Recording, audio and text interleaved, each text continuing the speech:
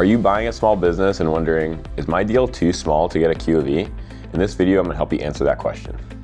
Historically, quality of earnings analysis have only been done on much larger transactions. Think above $5–10 million in enterprise value. This is because if you're a private equity firm, for example, and you already own a $50–100 million business, and you're doing a tuck-in of a, say, $1 to $5 million company, it's usually something you can do internally, and the enterprise value isn't material enough where you want to spend tens or even hundreds of thousands of dollars on your big four Q of E provider to do diligence for you.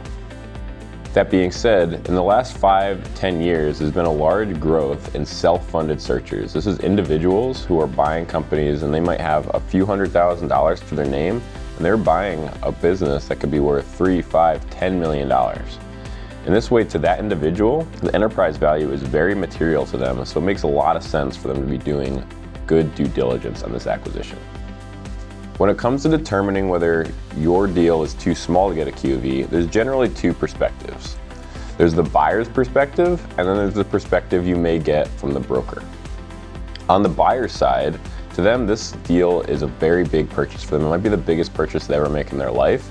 So it's incredibly important to them that they're making a sound financial decision and they're doing firm due diligence to understand exactly what they're buying. From the broker's perspective, they look at a Q of E provider and sometimes they'll see it as overkill. If you're bringing in a big firm that's going to be ripping apart the seller on their small business accounting practices, they see it as an annoying practice where you're just going to try and retrade the deal unnecessarily and slow everyone down. On the broker side, they certainly are correct. It's possible for a buyer with their MBA background, their private equity experience, and their investment banking experience to come into a small business transaction and overdo it, annoy the seller, stress everybody out, ultimately slowing the process and potentially killing the deal from ever happening unnecessarily. However, it's important for brokers to realize that with the growth of self-funded search, small business Q of Es are here to stay and they're absolutely necessary. These small businesses have very suspect accounting practices, and the buyers are taking a huge risk in buying these deals without doing any due diligence. So they're going to be continuing to buy quality of earnings analysis from competent providers into the future. From the buyer's perspective, you are totally correct. You need to be doing really strong diligence on these small business acquisitions. Small businesses are notorious for having really poor accounting practices that could result in you purchasing a business that is not what the seller reported it to be, and then you're defaulting on a personally guaranteed note and potentially losing everything, including your house.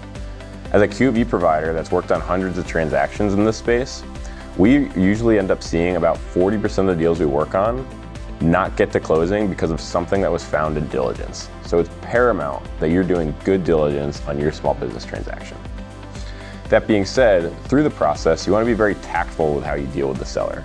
You need to understand that they probably don't have a very sophisticated accounting department.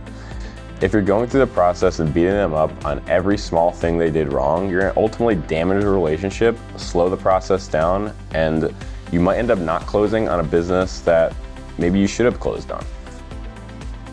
So as a buyer, make sure you're doing all the due diligence you need to understand the business that you're buying, but have some grace with the seller because they probably aren't a very sophisticated accountant and you don't want to damage the relationship in case you are buying a good business.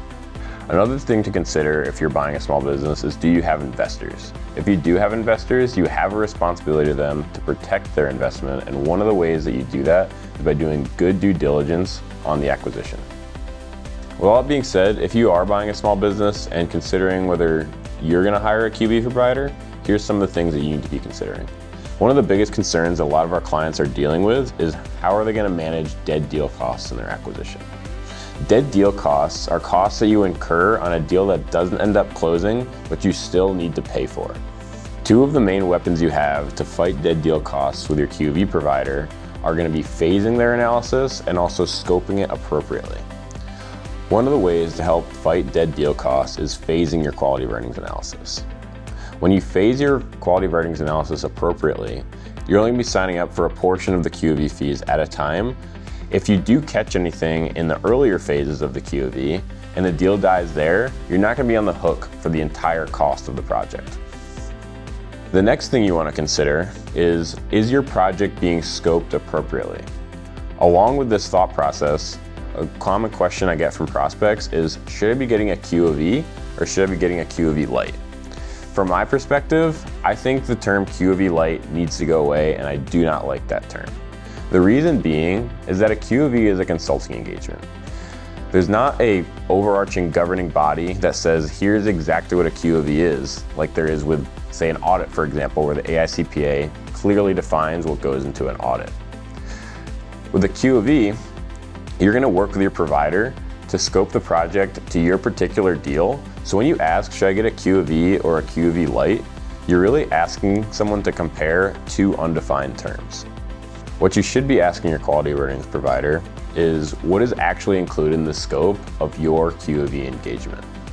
As a buyer, you really care about, are the earnings verified through the process? What is the net working capital required for you to operate this business? You really care about, are there any customer concentration issues? What are the revenue recognition policies? But you might not care about having a fancy slide deck that they spent hours picking the correct font size on. In summary, if you're looking to buy a small business, it is important for you to have a competent diligence provider in your corner. That being said, you do want to make sure that you're scoping appropriately to minimize dead deal costs and work with someone that understands small business that isn't going to damage your relationship with the seller. If you're looking to buy a small business and are looking for a competent QOV provider, reach out to me. My name is Chris Barrett of Midwest CPA.